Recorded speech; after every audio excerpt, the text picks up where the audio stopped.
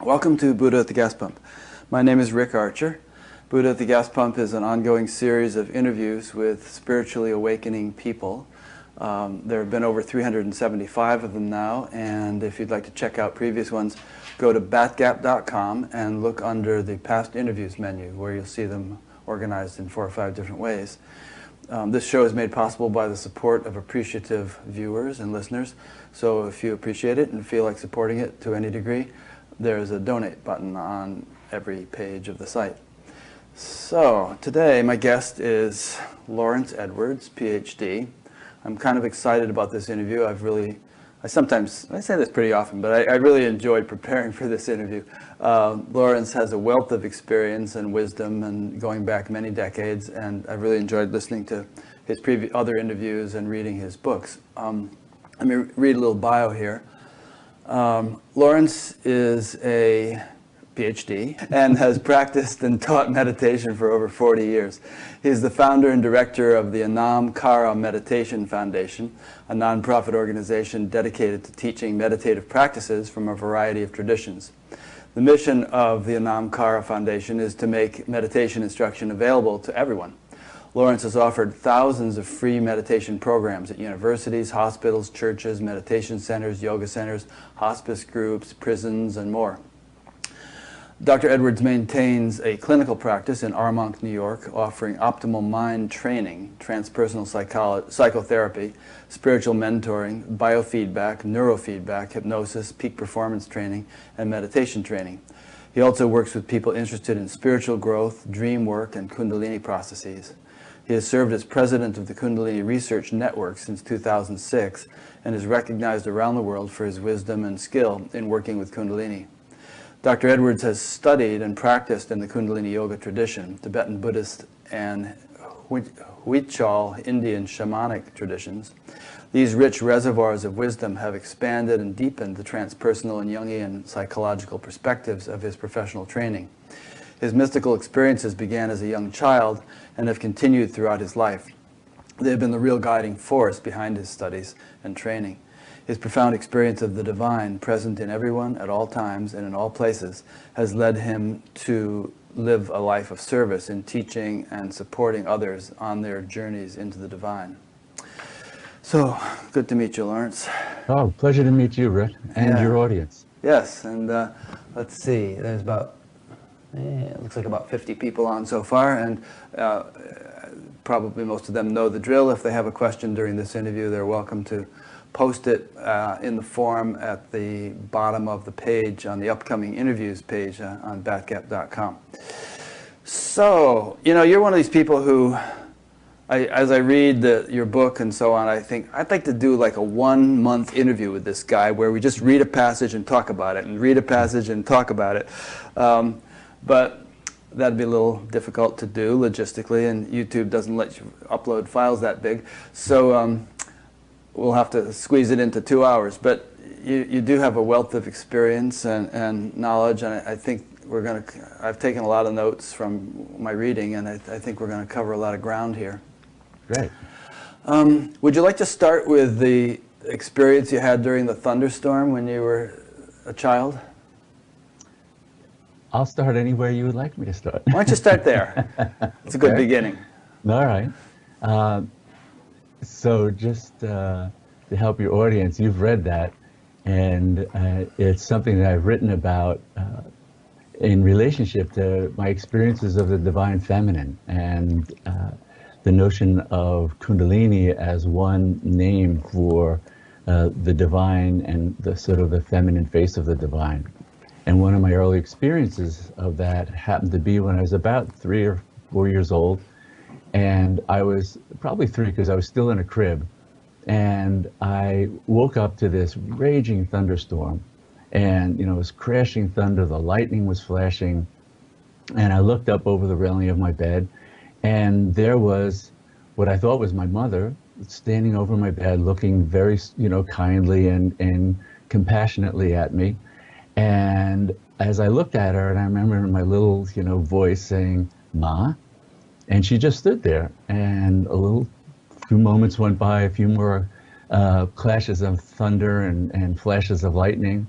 And again, I said, "Ma," And she just stood there, and it was at that point I noticed that when the lightning flashed, she disappeared. And when it was pitch dark, she was completely lit up. And she was literally made of light. She was radiant, exquisite light. And at that point, my little mind went, wait a minute, this isn't this isn't Ma. And I went, Ma? And then I screamed again, Ma! And my mother from the bedroom next door came running in, and as soon as she opened the door, this lady of light disappeared.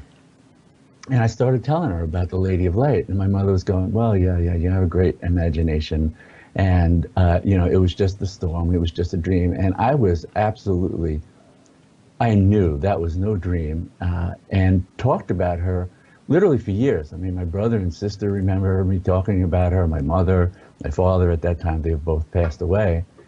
And then fast forward to me getting very serious about yoga practices and meditation in my freshman year of college, actually, and one night I had gone to bed, and in the middle of the night I woke up, and there she was once again, like 15, 16 years later, standing at the foot of my bed, just this beatific presence of the radiant divine. And I just became absorbed in that and passed into the profound state of meditation. And I've had that sense of that living presence of the divine around me and in my life. I mean, fortunately, for most of my life in some way or another, and have always delighted in hearing other people talk to me. And other people have written to me about, yes, they had an experience of a Lady of Light, because that's what I called her as a child. I guess from what I've read, you associated her with Kundalini later on. And I was wondering, well, I don't know, it's from the traditions that you and I both come from or have studied, it's understood that there is a celestial realm and there are celestial beings who reside in that realm. It's not off on some other planet, it's right here, just at a subtler level. So couldn't that have been some celestial being, like maybe your guardian angel or something? I mean, why would you necessarily associate her with Kundalini? Well, yes, and one level of question is, could that have been? It could have been, but when she told me who she was, it was clear she was the great goddess. I mean, as those experiences evolved, and made it clear that one of her forms is as the form of Kundalini. That's how she's known in the yogic tradition. But this magnificent power that, especially in the Shaivite tradition, we would call Shakti, the universal power of consciousness that creates the entire universe, including the entire universe of our individuality, the entire universe of our subtle body and the chakras, and takes then the form also of Kundalini as the specific power of revelation and transformation that takes us beyond the ordinary mind and our identity with this body and the roles that it plays and everything else. So when did she tell you who she was, and what did she say exactly? Well, that happened right around the time that I had met Muktananda, and which was in 1976, and it was shortly thereafter that then I wound up in the hospital, and they thought I was dying of lymphosarcoma. And in the hospital, Lenox Hill Hospital, I went into the state of meditation and then experienced the Lady of Light, this divine presence, and Muktananda simultaneously by my bedside. And I had only met Muktananda once briefly, like on a darshan line, a meeting line at a program up in upstate New York, but it had had a profound effect on me and was opening that connection between what that living presence of the divine that I had experienced and what this rich language and archetypes that spoke to and through the Kundalini tradition, the Shaivite tradition, the Shakti traditions. And there it wasn't so much she spoke to me in literal words, it was making it known these were one and the same. These were one and the same. And you, some years prior, you had some vision or some cognition that you were going to die at around that age, right? I mean, you... Right. Yeah. Yeah. So when I was 12, and I used to love climbing up this big pine tree that was next to my house and going up onto the roof.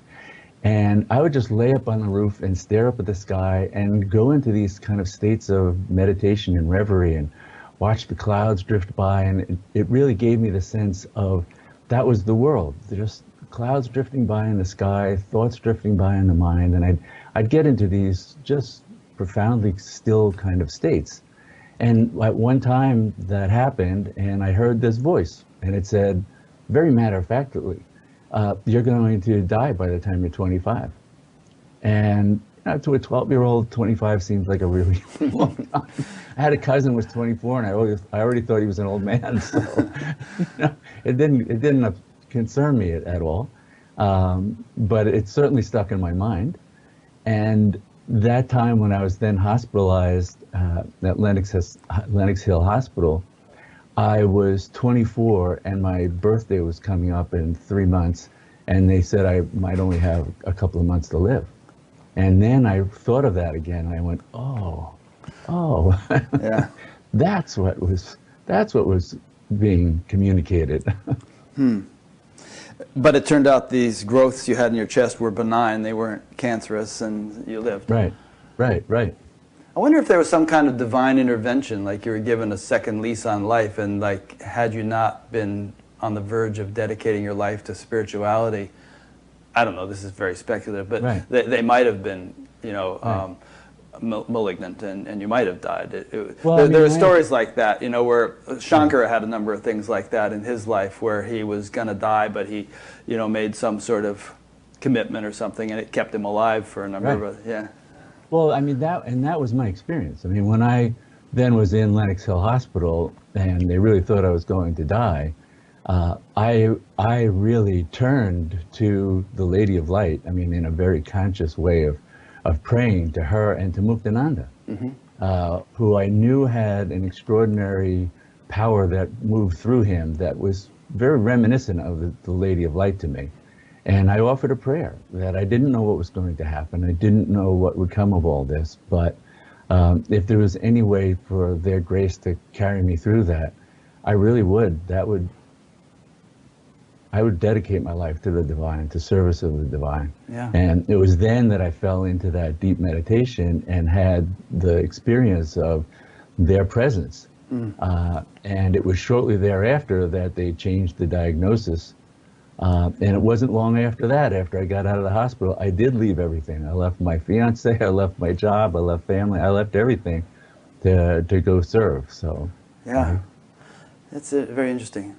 It's almost like an archetypical kind of thing where you're on death's door, and there's some divine intervention. You make a promise, it saves your life, and then you go and fulfill that promise. There's a number of stories like that in different traditions. Yeah. Oh, sure. Yeah, it's cool.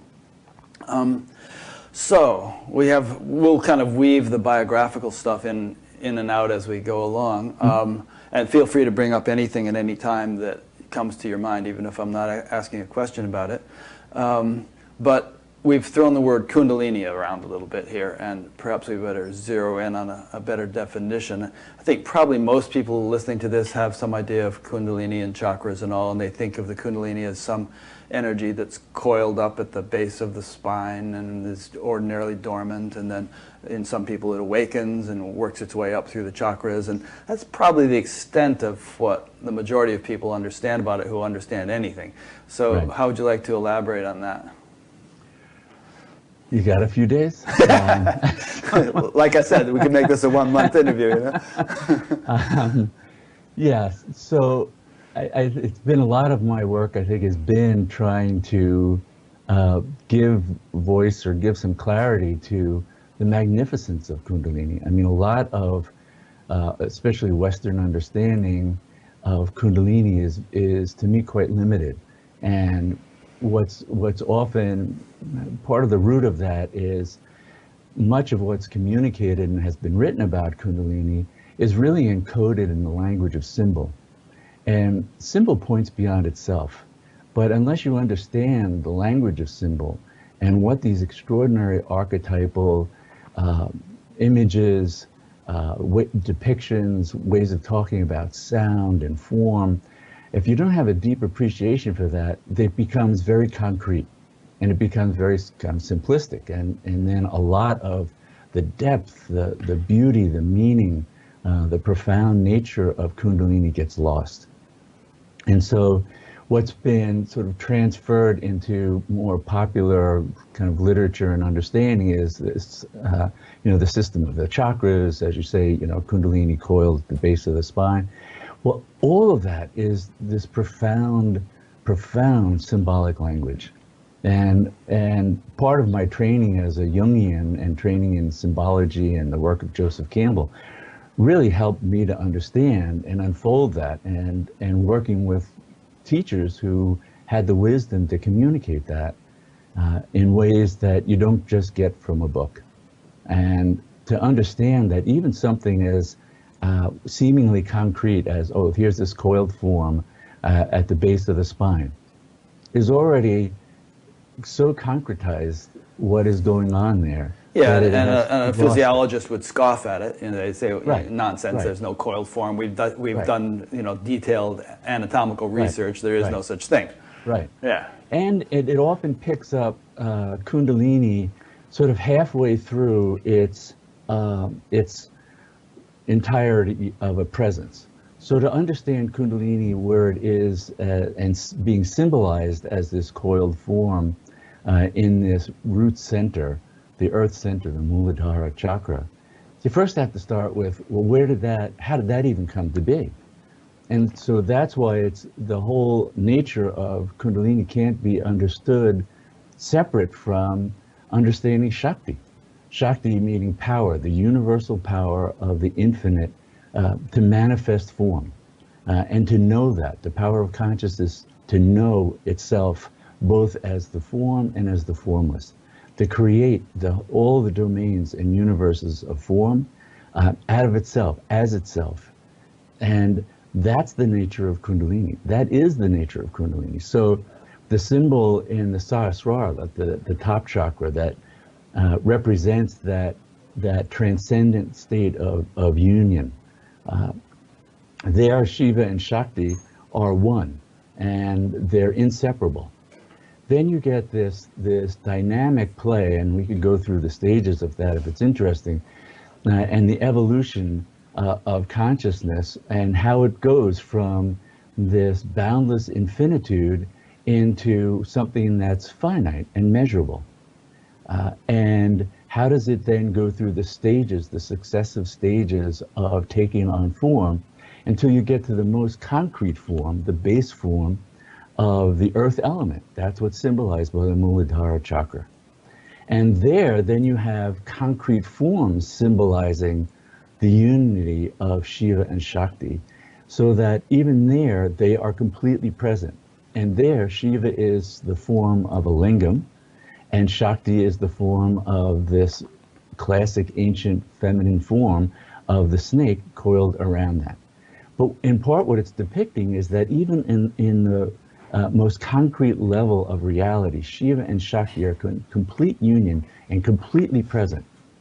They're present there as form, but if you could go beyond and look beyond, even in the form, you would see the formless. So you may have said this already, but let's reiterate, because we're throwing around Sanskrit terms, Shiva and Shakti, and people might be having images come to mind of a guy with a snake around his shoulders and Right. a river coming out of his hair, and Right. and blue throat and so on. And when you go to India and you go into Motilal Banarsi Das and look at the posters, all this is depicted very, very colorfully. But what it really represents is some deep primordial reality, some force of nature that is responsible for, that is kind of integral to the functioning of the universe, and Shakti to the manifestation of the universe. So let's just elaborate on that a little bit, so that we're not just talking Hindu mythology here, that people realize we're actually talking physics and cosmology. Right. And it's And remembering Shiva, despite the interesting forms of a deity with a trident and all those things, Shiva, the word just means the auspicious one. Mm-hmm. And that one is the infinite, boundless consciousness and power that isn't integral to the universe, it is the universe. Right.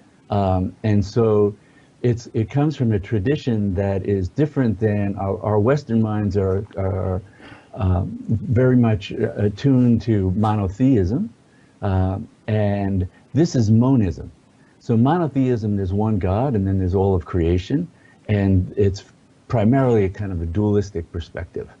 Monism is all there is the one infinite, and it takes on every form that you're looking at is the infinite, is the divine. You look in the mirror, you're seeing the eyes of God and the mouth of God and the face of God. You look at anything, and what you are seeing is that. And you are functioning as the eyes of God to know the finite nature of who you are and what it is to experience the universe from that perspective. So when we say Shiva, or universal consciousness, that's what we're talking about. And it's an artificial designation to try and separate out Shiva from Shakti, the universal infinite from its power to manifest. That is already an operation of mind, creating differences where difference doesn't exist. So there's no time, there's no place where those things are at all separate, any more than you could separate heat from fire or light from fire. You cannot separate Shiva from Shakti, the infinite and its power to know and to manifest that. I remember Muktananda's favorite phrase was, God dwells within you as you. Right. It even had it on the billboard or the sign at the ashram there in South Fallsburg. I used to go by there. In fact, I was a couple hundred yards away from where you were in the summer of '76. So let's dig into this a little bit more. So what you just said is that consciousness is the sole reality, and that correct me if you didn't just say this, but that the intrinsic to consciousness are its manifesting quality, which we're calling Shakti here, and that through this subtle dynamics, the universe appears to take form, right? Is that correct way of summarizing? Yeah. Right. Okay. And in the human physiology, there was a whole step-by-step thing you went through in your book at some point about the process of manifestation and how the individuality comes into form through that process. You know what I'm referring to?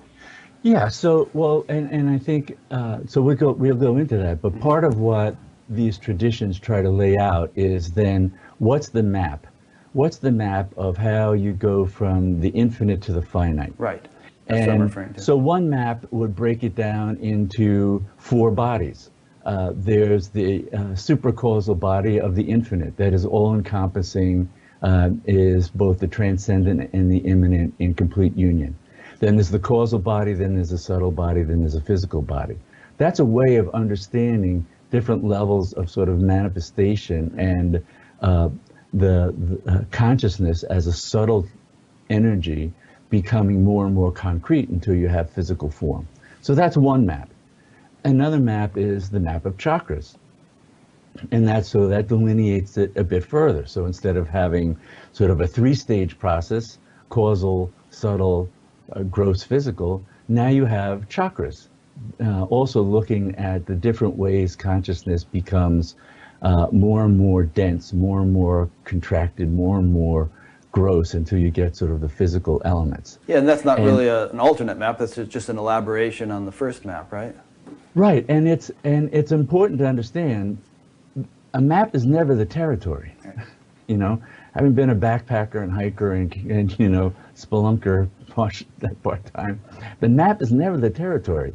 And if you depend on the map, you're liable to get lost because there's a lot of things missing from maps.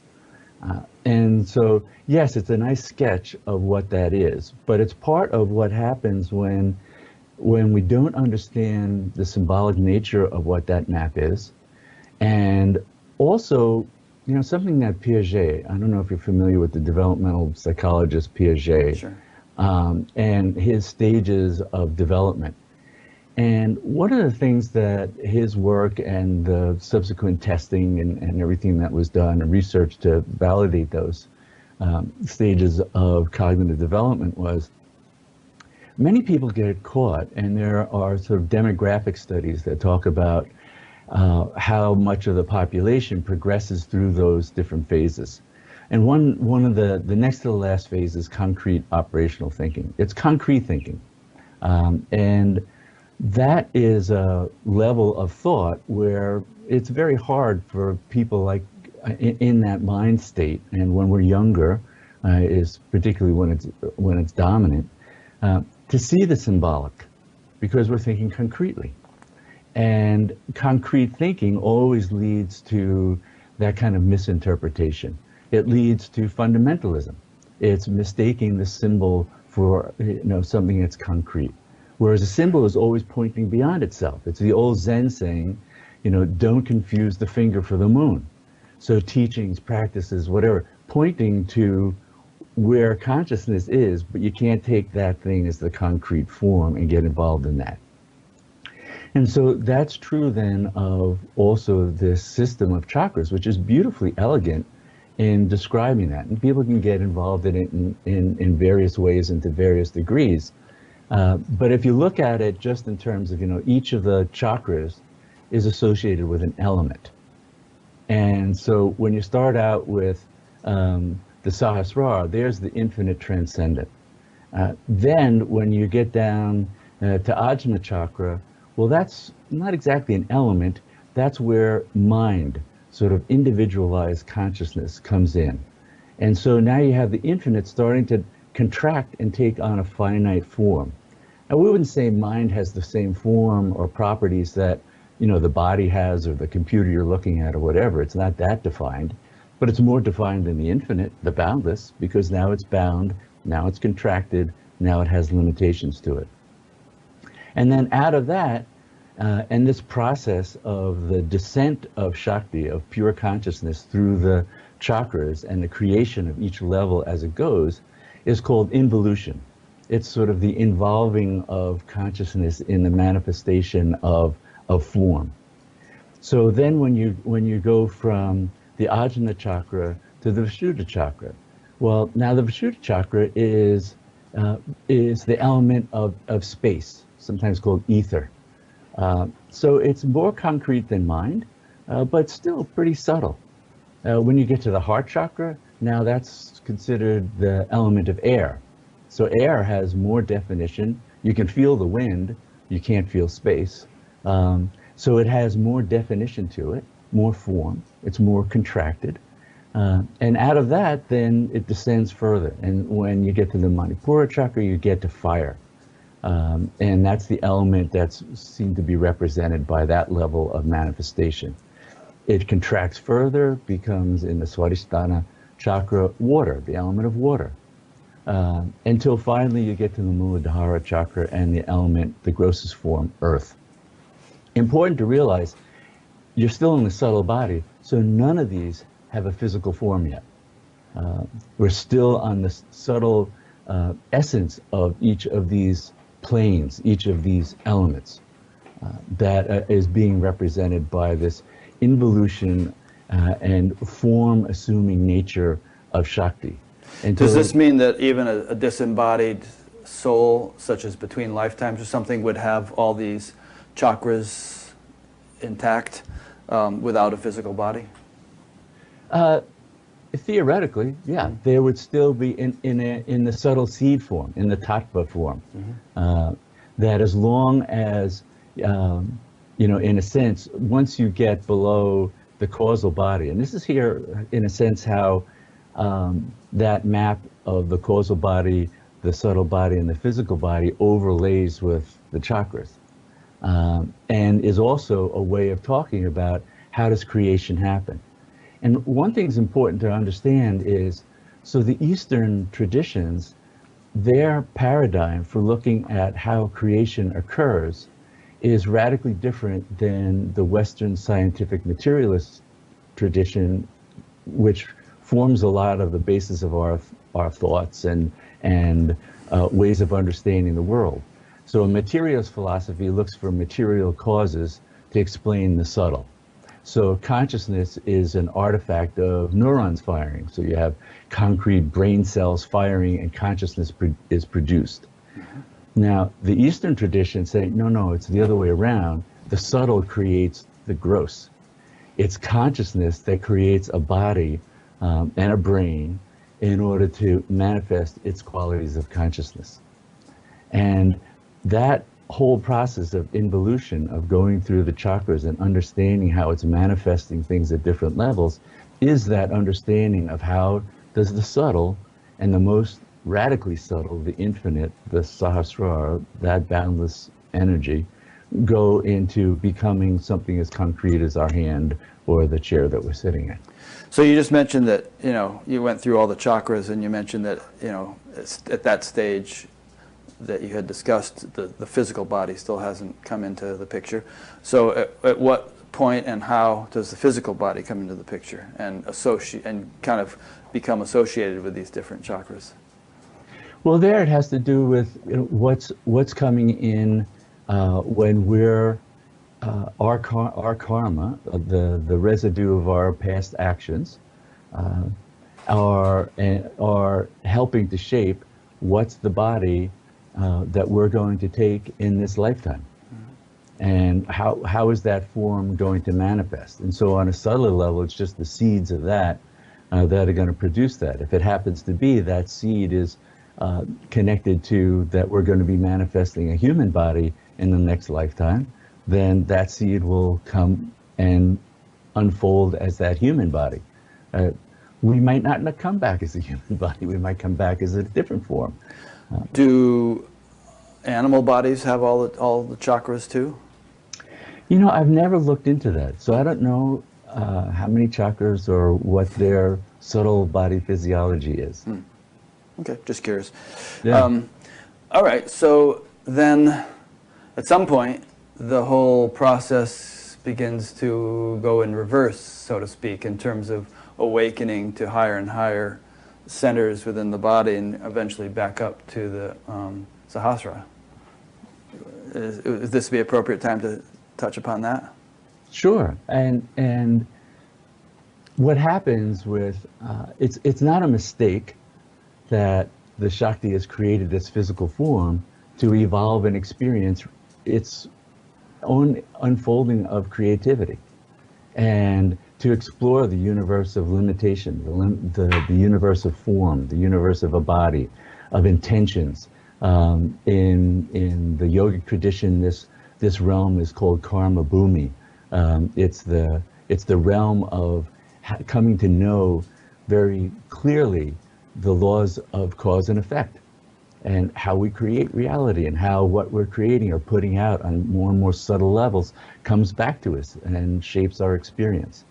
And so it's seen as, and can be experienced as, across lifetimes, we're evolving and evolving to greater consciousness. And it comes to a point where there's some, in a sense, metaphorically, a level of ripening, a level of readiness, where that journey, that process of evolution and exploration of what it means to be everything, from the victim to the perpetrator, the lover to the beloved, the rejected, the accepted, the embraced, everything is part of that exploration of consciousness. And it's why we can have residues of memories like that can go back into past lifetimes. But there does come a point where evolution in our consciousness comes to that readiness, and it's going, I remember something bigger and better than this, something more. And there begins to be this longing to know, to go beyond just the things that are offered to us by our culture, by our families, by our peers, whatever it is. There becomes this innate longing. And in a sense, that longing is part of that initial phase of awakening, because it's spurred by there's more than just this material world. There's more than just emotional satisfaction. People may, have intuitions. They might have peak experiences. They may have had something happen in a dream. Those initial phases of awakening to something that transcends ordinary reality, we're equipped to know that. It's our birthright to know that. And at some point, we're summoned by our own nature, by our own consciousness, to shift into knowing on that level. Would you agree that that longing is sort of an evolved form of the basic driver of all desires? I mean, I long to have that sports car, or I long to have that partner, or whatever. And you get those things, and well, now I long for something else because that didn't do it for me. But this longing you just referred to is sort of like you've tried all that stuff, so to speak, and you somehow realize that the fulfillment of all longings is to be found within and not in outer objects. Right. Yeah. Right. And it's that evolution to discover that, and also be able to look back and see. And this is the nature of that evolution. When we're entering those domains, we begin to see that, and look compassionately at all beings, because all longing, all desire, at root is the desire to know the one. And instead of being confused by the reflection of that one in its ephemeral nature as being associated with the possession of this object of desire, that's when we start to look beyond that. I think that the ideas you're expressing can probably be found in many traditions, but are you specifically expressing the philosophy of Kashmir Shaivism here? Well, I think Kashmir Shaivism gives some of the clearest expression of that. Yeah. But to me, I always look to the mystics of traditions, because they were the knowers. And so I look to the mystics, the Christian mystics, the Sufi mystics, the poet saints, because their expressions, that's what's reflected in it. It's that same sense of when you start to move into that, you're going, wait a minute, the divine is everywhere. And it's in everything. Everything I long for is there. And all I was doing was confusing this reflection, this momentary appearance and illusion that it took this other form, and wanting to possess that in some way. Here's a thing you quoted from the Gnostic Jesus: the kingdom of God is spread upon the earth and men do not see it. Yeah. Yeah. All right, so Kundalini starts awakening, and for you, I guess it's been a pretty blissful process for the most part.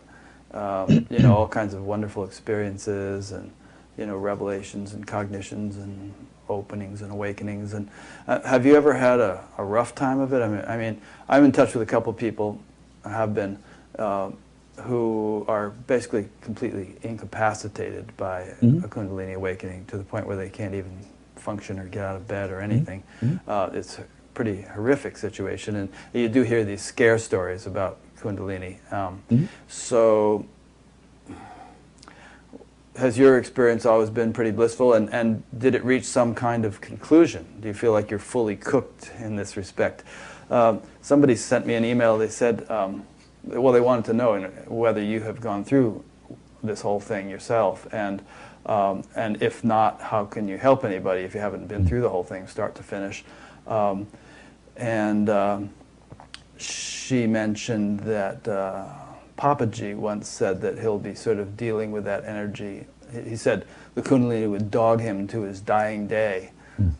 So it would almost seem that even if you're enlightened, there's going to be a continuous dealing with this energy. So please comment on all that. Okay, that's a lot. Yeah. I was listening to Obama's press conference yesterday, and Peter Alexander asked him this long 3 or 4 part question, and Obama said, "I must be getting old. I really can't deal with these multi-part questions anymore." So, yes, Kundalini has unfolded and has become my living reality, and I would never I don't know Papaji or what his experience was, but to me, to be in my beloved's embrace and the dance of life for as long as life unfolds in this form, that's my experience. So what my experience is that the continuous becoming, the continuous creativity, the Shakti of the universe, that's what it unfolds.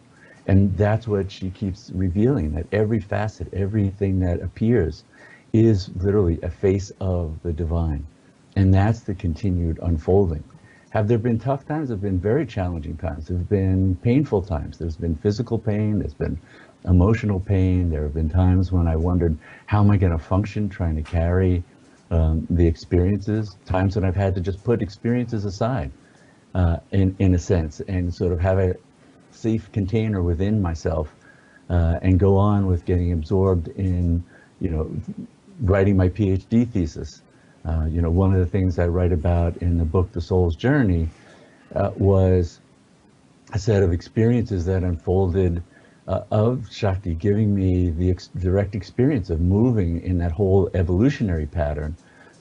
So if involution is the experience of Shakti taking on form through the chakras, evolution is the evolution of consciousness up through those symbolic stages back to knowing the infinite as yourself, and all of the universe, all of what we perceive as that one, as our own self. And when I had that experience, I was in the midst of writing a dissertation and set aside some time to kind of create a personal retreat for myself to dive into that level of knowing, because I didn't want to just be writing a dissertation. My doctoral research was on Kundalini and the various dimensions of transformation that happen to people who have been engaged in Kundalini practices and awakening for 10 or more years. So having that experience, it was so overwhelming in certain ways.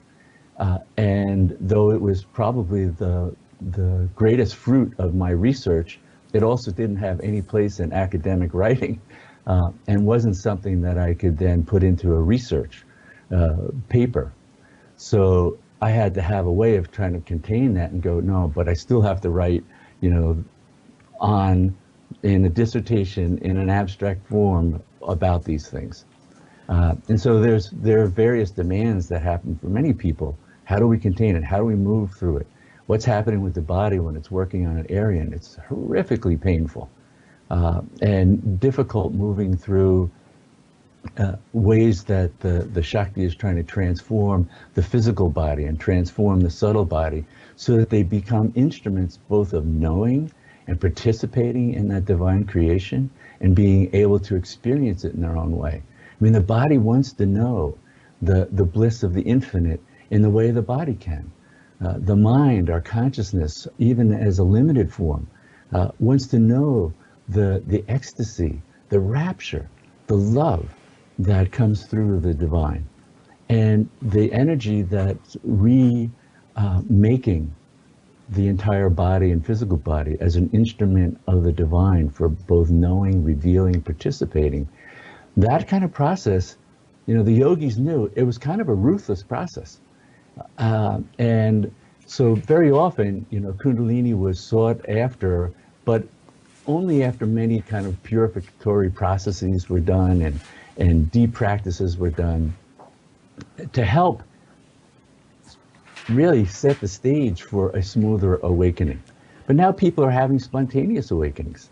And it's also, it winds up being that, even in the yoga literature, Kundalini awakening didn't mean you got enlightened and experienced that infinite divine in one lifetime. It could be several lifetimes that it's going to evolve through. And the forms that you will take will evolve with that. But some of those initial phases of awakening can be quite challenging. So our ordinary consciousness is it's limited to this one lifetime perspective. And consciousness itself isn't, not in the least. And Kundalini isn't, not in the least. She sees, I'm going to set you free. Does that mean I'm going to obey cultural bounds? Not necessarily. Yeah, the friend of mine who asked that question that I just read, you know, I interviewed a guy a few weeks ago, Harry Alto. I've interviewed him a few times, and he's basically had a smooth ride, pretty, you know, awakened as a child, and you know, just cruising along ever since for decades. He had a brief period in his 20s where he lost pure consciousness for about 15 seconds. He said it was the most horrible experience of his life, but he regained it. I think something was just showing him the contrast, you know. But, you know, she doubts that he could really be awake because he never went through hell. You know, he never went through the crucible that so many people go through. Right. And but from what you just said, previous lifetimes and so on, maybe he did all that and just had a little remnant to deal with when he came in here. Well, and I don't know him, I don't know his evolutionary process, but I think what also unfolds over lifetimes, and you can certainly see this in, you know, in a classic form with Buddha. Buddha's evolution, even as a Buddha trying to evolve a form that would hold Buddha consciousness, went through lifetimes. Mm-hmm. And there may be a lifetime where we're less aware of the painful memories of having incarnated in challenging forms, but they come back. In part, my belief is, I mean, my experience is that the pain that we experience, as ephemeral as it is, as on one level completely illusory, from the level of the absolute, there is none. But from the level of the conventional mind, the individual contracted nature of being, pain is very real. And to have that direct knowing and recollection of that, to me, is what informs my life also with compassion. And that, you know, I see there's many times my body has gone through tremendous pain. Still does, frankly. I mean, there are many kinds of things that occur physically. They don't define who I am. They don't limit my consciousness in the least. But they also keep the door open to know that level of pain and suffering that beings, all beings, go through is part of what makes us aware and connect with the deep compassion. Now, to me, the exalted states are states of profound and boundless compassion, profound love, profound kindness. That's what marks our the flow of the real essential nature of Shakti, as this loving presence that embraces all and both sees the pain and the suffering and offers a way to be free of it. It's like the archetype of Tara or Kuan Yin that hears the suffering of all beings and reaches out to draw us past that. When you yourself go through painful and uncomfortable things even now, do you immediately sort of realize, well, it's just the vehicle's being further purified? That's what's going on. So, and you just grin and bear it? Yeah, I mean, I know that this is the nature of the body. You know, there are certain forms even when Buddha talked about getting free of suffering, it didn't mean that, you know, if you smacked your leg, it wasn't going to hurt. Right. That's not the level of freedom of suffering that we're talking about. And so when my body, it was a vehicle in this lifetime, and it came in with its karmas. And it has, you know, nearly died a couple of times or more. It's gone through various, injuries and surgeries and these kinds of things. And some of them I felt, you know, directly just the hand of grace, like early on, reach in and carry me through that. And now that's what carries me through every moment. There's an interesting passage in your book here. You say, there have been approaches in the yogic traditions that try to dominate Kundalini, to forcefully push Kundalini to do this or that by prescribing endless exercises of forced breathing and body postures that are meant to bind and force Kundalini to go in a direction that the yogi wants her to go. Not surprisingly, these are also traditions that often say Kundalini is dangerous and must be controlled. Devotees that approach Kundalini as the great goddess with their loving devotion have an entirely different experience. They gain her boons, her gifts of enlightenment, without having to fear what may be provoked by some forceful, domineering practice. Right. So part of what I was getting at in writing about that was I don't know if your audience or you are familiar with the work of Riane Eisler, but others who have written about sort of the evolution of how the divine feminine was related to and understood from going back 30,000 years to where and how we relate to her now.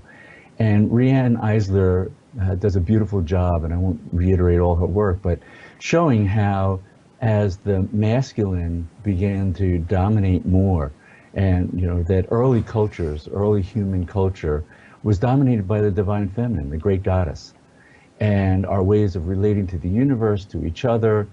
She goes through and shows how cultures didn't have fortifications. There was a different way of relating to each other.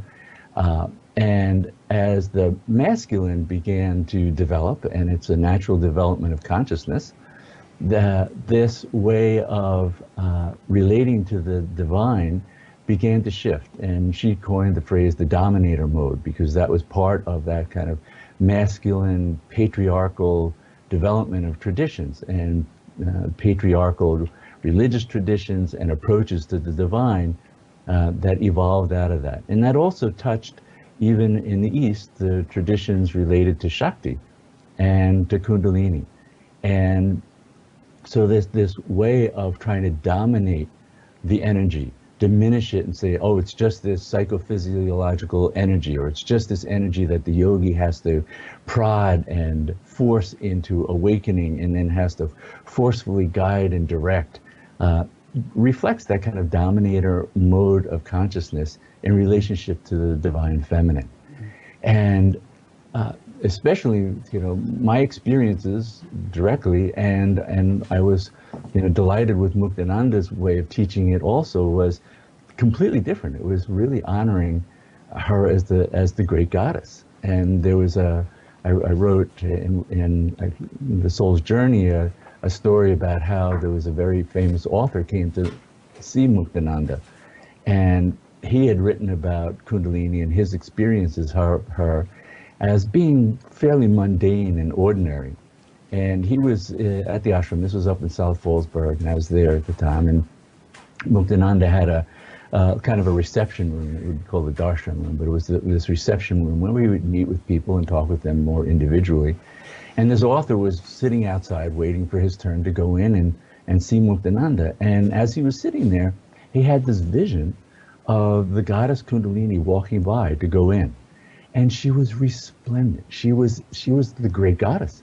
Jewels, beautiful sari, gold, radiant beyond belief. And he was bowled over. And finally his turn came to go inside, and he went inside, and he was actually said he was looking around to see if she was still there. And he bowed to Muktananda and said, I had this experience waiting for you of seeing the great, the goddess Kundalini coming in, and she was magnificent. Yet to me, she just appears sort of ordinary and mundane and didn't inspire anything like that. How can that be? And Muktananda looked at him and said simply, because I worship her. Yeah, that's beautiful. I knew the whole story from reading your book, but I was enjoying hearing you tell it. Which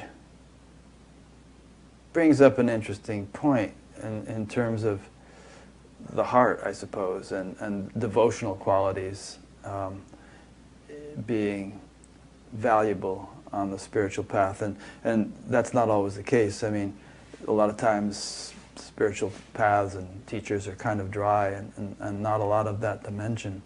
I mean, from what you've been saying the last few minutes, we could almost roughly categorize spiritual practices or approaches in terms of like a hyper-masculine versus a feminine, and the former being, effortful and arduous and controlling and so on and so forth, and the latter sort of being having more qualities of surrender and devotion and cooperation with the divine intelligence rather than trying to dominate it in some way. Mm-hmm. Yeah. Yeah. But, I mean, I'm sure you're familiar with this, but one of the beautiful ways that the yogic tradition has helped to delineate the different paths, the different forms of yoga. And so part of that has to do with people's temperaments. Yeah. And so a thinking type might be more of a jnana yoga and approach coming to know the infinite through the contemplation of not this, and neti neti, and who am I? And use the power of viveka, of discrimination, to finally differentiate what's the nature of the infinite that's present at all times and the ephemeral constructed nature of the ego and the personality. Whereas a bhakta, approaches through feeling and emotion and love. But it's interesting because whichever approach one takes, one sort of ends up with both, at least in terms of many historical examples. Right. Guys like Shankara became great devotees, and there have been great bhaktas who have been great jnanis also, who've just had this profound wisdom that they could articulate and so on. Like Trodikacharya, who was Shankara's disciple, he was a bhakta basically, but he ended up with this profound wisdom, and Shankara made him his principal disciple. Yeah. And Shankaracharya, once he, in writing the Sundarya Lahari, then recognized that Kundalini was the basis of all the realization, that it was that power of the infinite that is the power to know all those dimensions, all those facets.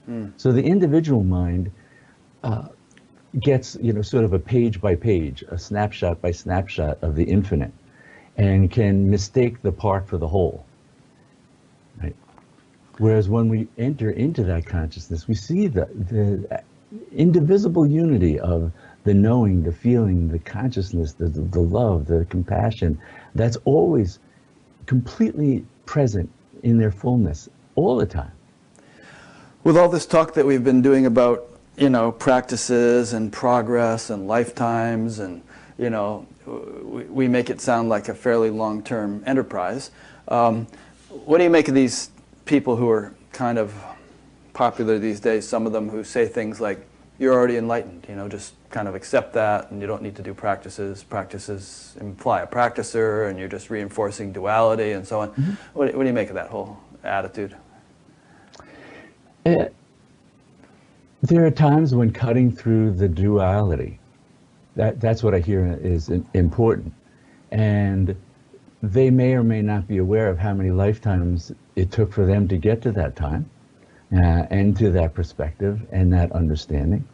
It doesn't change that they still went through that process and that they're reaching out. In the Shaivite tradition, the part of the tradition is looking at what are called the upayas. You're familiar with the word upayas? Upaya means means. Yeah. Means, right. And so so when you look at, say, the Shiva Sutras, one of the principal texts of Kashmir Shaivism, and this is true across that tradition, but upaya means that you as a seeker, you want to engage in the level of means that's appropriate to your level of understanding and practice and consciousness. And so there are means that are, if we're in a dualistic state, there are means like devotional practices, a lot of what goes as yoga, hatha yoga, ways of even doing mantra yoga, different practices that are aimed at, there's a sense of there's the practicer, there's the practice, and there's the aim of the practice. And these things are all separate. We're in this dualistic separated consciousness. And there are practices that are trying to help ease our way out of that illusion to enter unity consciousness. But they're engaging and they're helpful at that stage. And then there's that could be called beta upaya. Beta means different, separate. Then there's sort of the next stage, what's called beta abeta. You're in a state where you're kind of mixed. You sort of get a sense of the unity, and sometimes you get an intuition or a feeling of that, but you still kind of get caught up in duality. Your mind is sort of teetering on the edge, and there are practices. There are Shaktipaya practices aimed at just helping that movement now shift. They're not as gross as, you're going to wave an arati tray and do puja to some external form, because now you've started to merge with that. You've started to reap the rewards of that outer practice of becoming united with that one that you were approaching with devotion. So that's a different level of practice. And then Abedupaya, where where you're just about there, or Shambhavupaya, where you're just really, your consciousness is right on the edge. The veil is thinner than smoke. Well, if you did something as gross as even thinking about union, you'd be back down into a different upaya. And so the practices that are understood on that level are much more subtle, much more refined. And so when a teacher presents a practice, even if it's the practice of no practice, just let go of duality, there you are. Well, if you're in that, right on that edge, that's a perfect message. Just let it go and you'll be there. But if you're really caught up in another level, that may be out of reach. Yeah. Not because it's not true, but because what you're identified with means, oh, I need the shoehorn to help pry me out of this. You know, that's how I look at that. Yeah, no, that's a really good point. And there are some teachers around who are kind of one size fits all, and people, you know, they work for some people, others get frustrated, but the really great ones like Ramana Maharshi really seem to be able to tune into the level of development of whoever came and, you know, advocate or encourage them to do something appropriate for them, you know, and right. And it might change from, and as a matter of fact, I mean, even the notion of, you say somewhere in your writings about, you know, having the discrimination to know when to leave a teacher. It might be that a teacher is completely appropriate for you up to a certain point, and then at a certain point, well, you know, you've kind of outgrown. It's necessary to go from high school to college, or grammar school to high school, or something to move on. So at one point in your book, you wrote the ancient text, the Kularnava Tantra. Kularnava Tantra, yeah. How do you pronounce it? Kularnava. Kularnava Tantra states that without Shaktipat, there is no liberation or self-realization. The descent of grace may happen spontaneously or unexpectedly, or through the power of a master of genuine attainment. In some cases, Shaktipat is received through contact with a mystic guide who appears in one's dreams or meditation. Often it is awakened through a mantra, or the practice is learned from an accomplished spiritual teacher. Also, it may have been awakened in a past life and is continuing to unfold in this life. So Muktananda was famous for doing Shaktipat, kind of popularized the term in a way, and he did it with a peacock feather, as I recall. So that was one way. That was one way. And you notice a picture of Amma over my shoulder here. She hugs people, and that's a form of Shaktipat. So let's talk a little bit about Shaktipat. You basically said here that it's essential. There's no liberation or self-realization without it. So let's talk about what it is. So Shaktipat literally means descent of Shakti, descent of the power of consciousness to know itself. And it's, you know, it's simply a way of saying that the ego mind can't get there on its own. There's no limit to the number of different ways Shaktipat can happen. And so that power of grace, that power of the infinite, that bestows grace. It's called Shaktipat. You know, it wasn't called Muktanandapat or Amapat. It's called Shaktipat. So Shakti is that universal power of that awakens us, that can take us beyond the confines of the finite. And part of way you can understand why it's said to be absolutely necessary is the power. So when we were talking about that map that said, you know, causal body, subtle body, physical body. So some people are familiar with that. Causal. How does the causal body come to be? And why is it called causal? So that's the first shift from universal infinite consciousness beginning to take on or set the stage for taking on form. The state of consciousness that goes with the causal body, because each of those bodies has a state of consciousness that goes with it. The state of consciousness, the yogis call it deep sleep, which is the continuous awareness of nothingness. It's the black void. It's called causal because it's the state of where Shakti, of its own free will, has negated the awareness of its infinitude and its unity with all that is. In that negation comes the black veil of void. It is what creates that. Shakti has created that. That sets the stage then for consciousness then contracting further. And here you mean literal sleep like we do at night. You don't just mean right. this metaphorical sleep of ignorance or something, but sleep. No. Well, it's also, avidya would also be a way of talking about it, of primal ignorance. The primal root cause of suffering is seen as avidya. Avidya, it means not knowing your unity. Right. But that's not an accident. That wasn't some other force outside of the divine imposed that. That was the Shakti going, well, in order for me to play as a finite domain, I have to not know. I have to occlude that. Hide and seek. I have to hide that behind the curtain for a bit. Yeah. All right? So if Shakti's the one that created that, who's going to uncreate that? You know? Well, Shaktipat.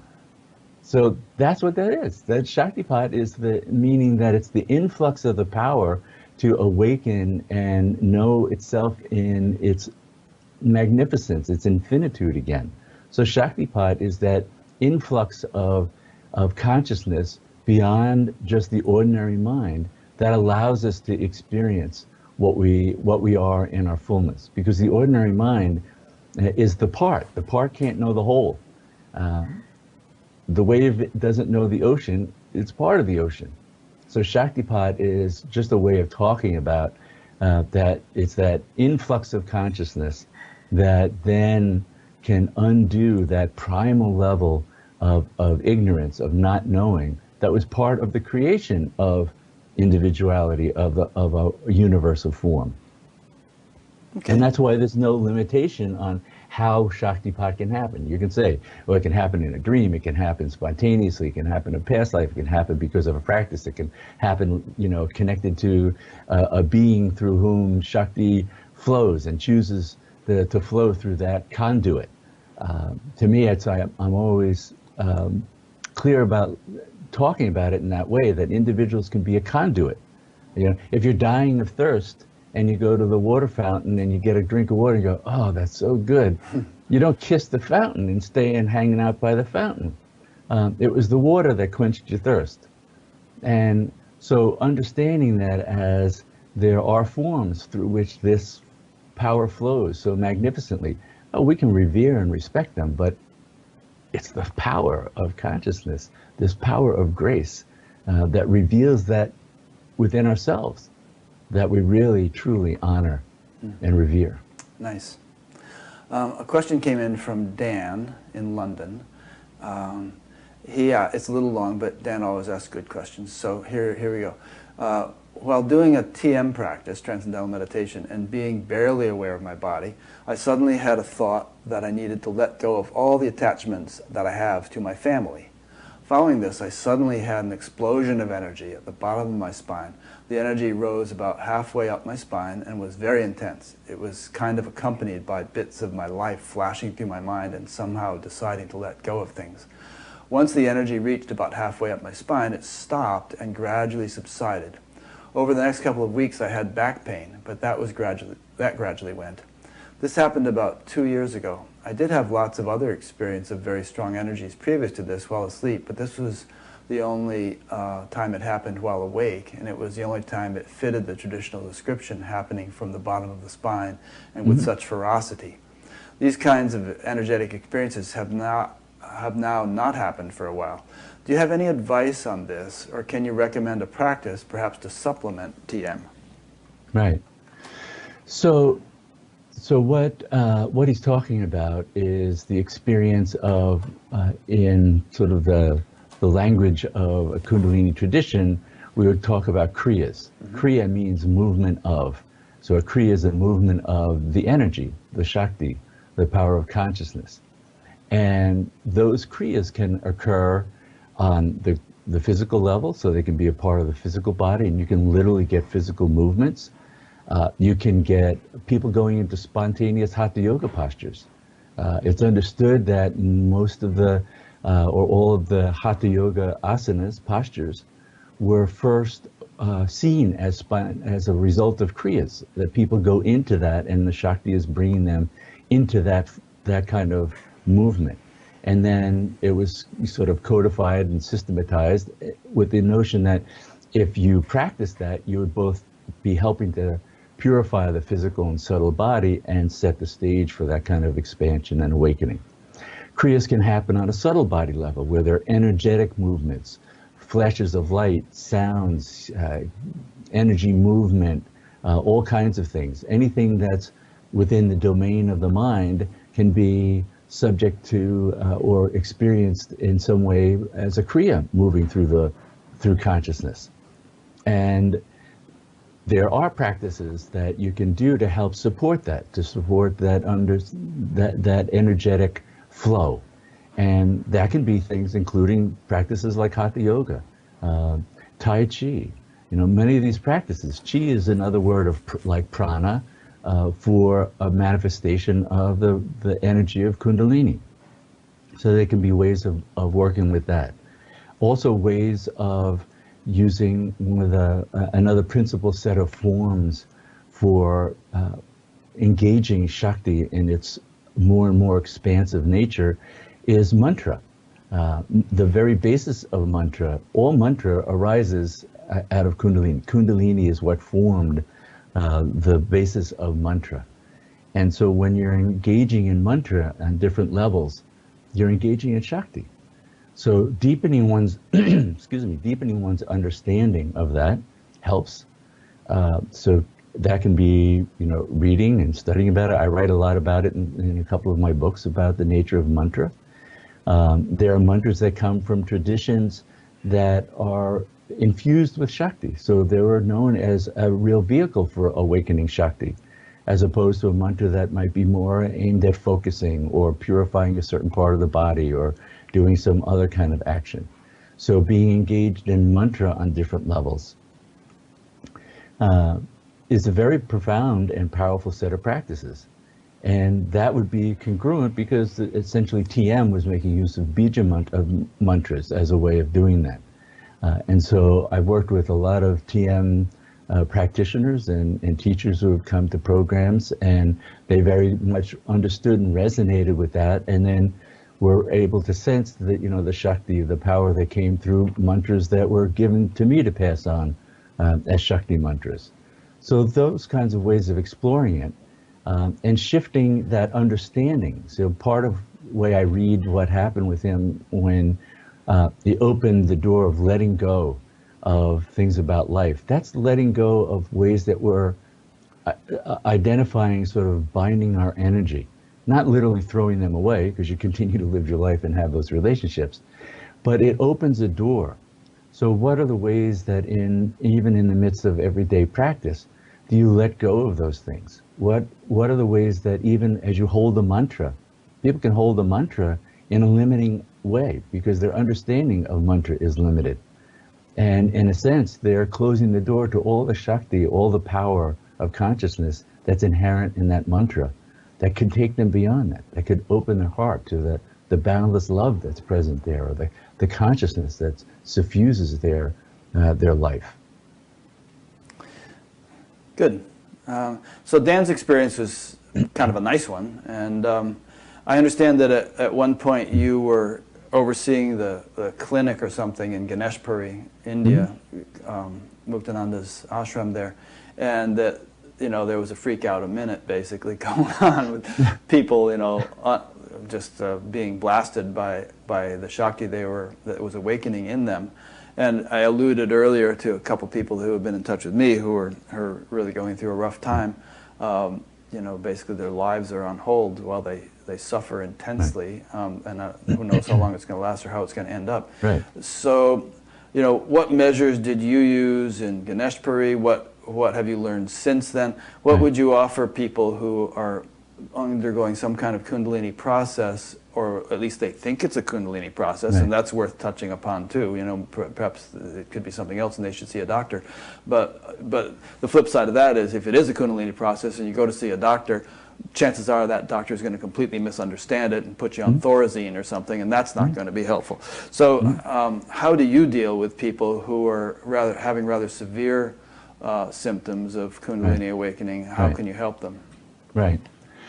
Well, And that's a lot of what the book Awakening Kundalini, The Path to Radical Freedom, I go into what's an integrative kind of holistic perspective on working with things. Fortunately, in Baba's ashram in Ganeshpur, there weren't freakouts a minute. There were some, but most people were having, even if they were intense experiences, the context, the practices, the discipline, the grace of the master really held that. Good. And so it was, here and there were people who needed some extraordinary measures, and we were there to help them. Yeah. So working with that, part of that is having a context that really helps, and that's part of what I write about in the Awakening Kundalini book is somebody who's going through challenging processes. Well, there could be numerous things going on. There can be genuinely medical, physiological disorders that are being worked through karmically, and they can't just be dismissed as Kundalini.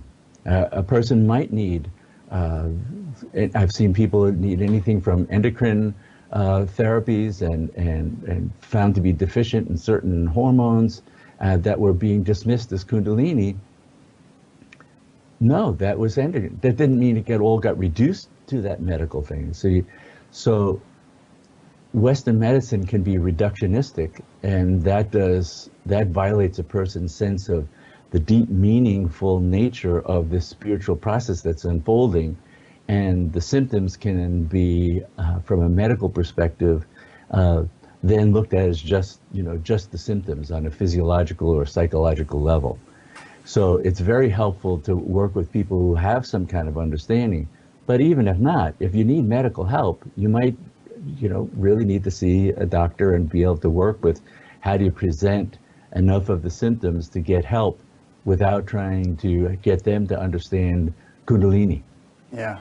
Do you consult with people here and there, or even over Skype for long distance, who are going through stuff? And do you ever do a three-way with the person and their doctor, trying to educate the doctor a bit about what they might be going through? Right. I've never done a three-way with an additional consultant, a physician. I'm often trying to help people find who might be able to be a consultant to work with. And there are times, and it's by no means that every time, somebody, if their mind really is being overwhelmed by the content that's being stirred by Shakti, there are instances where people benefit by using medications that are used within psychiatry, either short-term or even long-term. There were individuals at the ashram in Ganeshpuri who had been early on in their lives diagnosed with schizophrenia. That was part of their karma. Without the medications that empowered them to live a much more normal life, they would have been psychotic. And Baba used to say very clearly, the same Shakti that takes the form in the universe is taking you in the form of the medication to help you through this. So take your medication. He never saw medication as adverse to the processes of Shakti and the unfolding of consciousness. Although it could be, if it were overdose. You can if it was badly managed, heavily dose somebody with Thorazine or something, and you're basically just suppressing an energy that needs to be worked through in a more intelligent way. Right. Yeah. Right. But that would be, to me, mismanagement, not proper management. Huh. Speaking of schizophrenics, you had a great line from Lily Tomlin. He said, Lily said, when you talk to God, it's prayer, but when God talks back, you're labeled a schizophrenic. Right. And what does that say about our relationship to God? Yeah. Huh. Well, I don't know. Hopefully we've done justice to that. Maybe there'll be some questions, or people can read your book and look in greater detail into what you offer. But I just have this. Part of what I talk about is also those are sort of the extremes. Yeah. And there are many people who just benefit from some additional support along the way. That's why, Buddha characterized it very beautifully in terms of looking at the three jewels that help support a person doing their practices. Yeah. And the three jewels are like the three legs of a stool. With only two or one, you can't stand on it, but with all three, you've got them. And that's a competent teacher. That's a set of the teachings and practices. and a community, the Sangha that Buddha talked about. And so having people to relate to. And I think, I think in part that's a great thing that you do as a service, is trying to help create a Sangha, albeit a virtual one or through the technology, but offering people ways to be able to relate and connect and understand, how do we get support for this, and what might a massage therapist help, or a restorative yoga teacher help with, or a Jungian psychologist in working with dreams and archetypes help with. And that all of these can be supports in that unfolding, that unique unfolding. Because this is part of what was always sought after about Kundalini, is that rather than Hatha Yoga as a path, and you learn 84 asanas, and you do this kind of pranayama, and you do this kind of thing, Kundalini was the process that when it's awakened, it begins to unfold a very unique sadhana for you. And that changes, it shifts, and demands a subtlety, and demands this ability to be attuned to and dance with the energy. The diet that's right for you at one point might be different at another time. The kinds of exercises, practices that you do at one point might be evolved into something else at another time, that supports that unfolding and expansiveness of consciousness, and so that you really get to live that extraordinary informed life. Yeah. And I think just a little bit of knowledge can go a long way. I mean, when I first started having some Kundalini symptoms, I guess it was like after my first 1-month meditation course, and I remember sitting on a couch in a friend's living room, and my face started to go through all these involuntary contortions and grimaces and weird things. And then my head started to go like this, And at the time I was driving an ice cream truck, and it got so, whenever I sat still, I'd start to jerk around, and like I came to a stop sign in my ice cream truck, I started to jerk around. But I understood what was going on. It's like, okay, something good is happening here. I'm just going to ride this out. And after a while, it subsided and diminished. And there have been various things over the years. But if I hadn't had some sense of what that was, I might have been totally freaked out, thought I was developing some kind of neurological condition or something. Right. So, that's why I think it's good that we're having these kinds of conversations, and that knowledge of this stuff is more widely disseminated. Right. Yeah. Okay. So, you've sort of talked about the chakras, and, I mean, just a quick question, a little bit out of context, but, you mentioned the Sushumna Nadi, and then there's the Ida and the Pingala that are said to go around the Sushumna Nadi, and some people say that the what is it called, the Caduceus or Caduceus or something in the Caduceus, yeah. Caduceus, and the symbol of the AMA is actually representative of that, the snake coiling around a pillar or something. But again, the Sushumna Nadi, which you hear descriptions of it, and it's actually, they give it some physical dimension, how small it is, but it's not something any physiologist has ever found. So I presume that despite the fact that it's been described as having a certain size or width, it's subtle. It's not some little tube going up your spine. Right. Okay. Yeah. It's again part of the subtle body and the subtle physiology, and it's that channel that connects the infinite from the Sahasrara all the way through to the finite domain of the Muladhara. And so it's also a way of saying that that connection on a subtle body level is there energetically, and that it's always resounding with the sound of Om.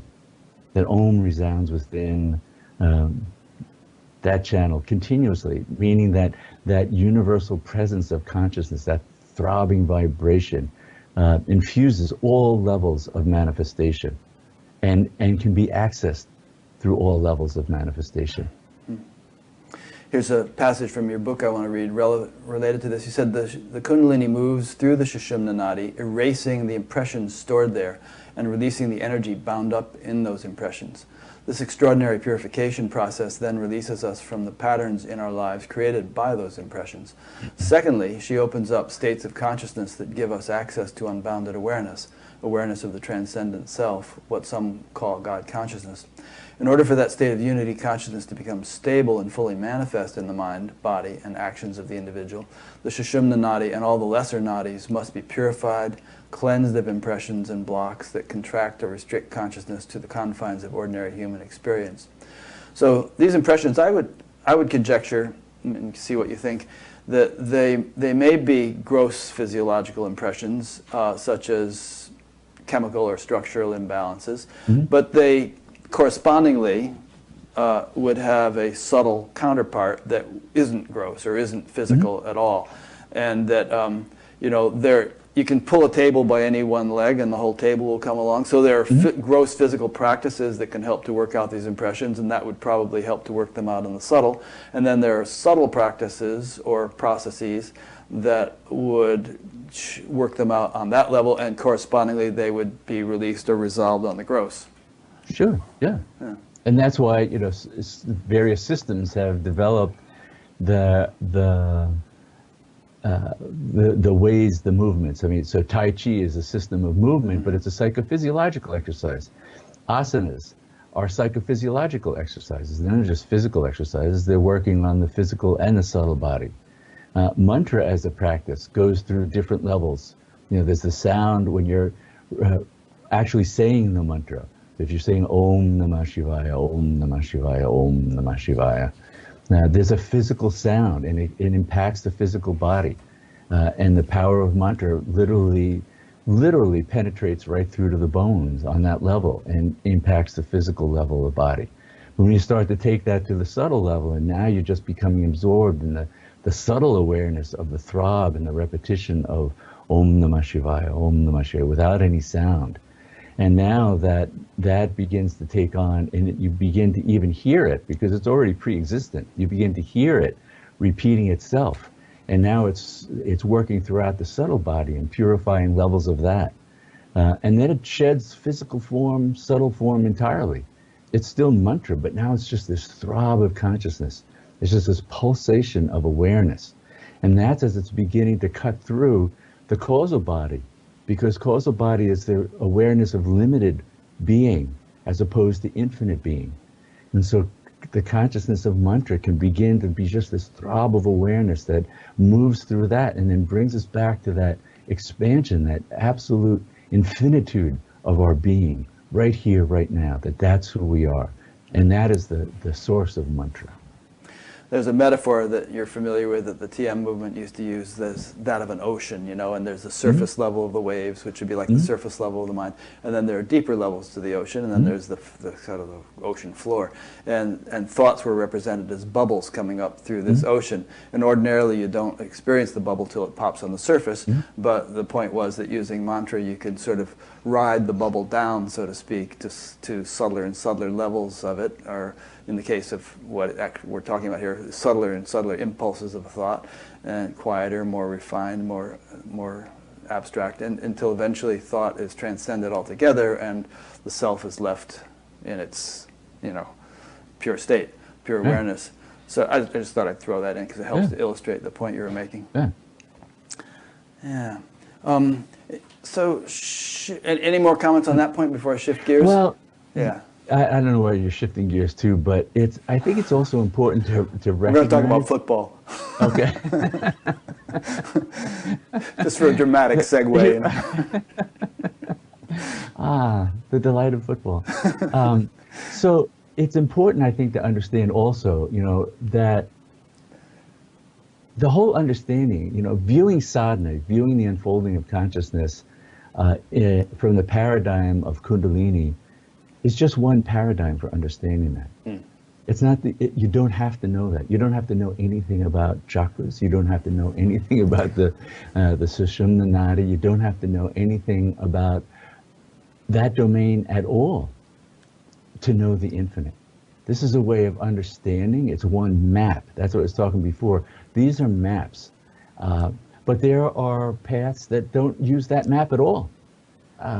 And it's not necessary for one to study that map and go, okay, I have to go through these stages. I have to go through these phases. I have to have these kinds of experiences. Oh, what's wrong with me? Because I get this. What's wrong with my sadhana? I'm not having this kind of experience and that kind of experience. There's nothing wrong with your sadhana. That may not be what you need at all. And the unfolding of the divine, the unfolding of the infinite as your consciousness, when we're attuned to that's what's the motive force behind our expansion and our process of evolution. Not just the mind's desires for particular experiences or the mind's concepts of what's required, but starting to really deeply be attuned to the movement of the divine as your own self and what it's summoning, what it's calling to you, how that's going to draw you into meditation, how that's going to open up experiences of the heart that embrace your life and your work and these kinds of things. They may have nothing to do with chakras and nadis and all this other stuff. And they can be a real distraction, I think, for people. Yeah, but if this is a valid understanding that we have chakras and nadis and Sushumna and Kundalini and all this stuff, then we have them whether or not we know about them, right? I mean, we all have a liver, or even though we may not, you know, there might have been cultures where people didn't know they had a liver. Well, maybe they did because they, but still they'd be dead if they didn't have the liver.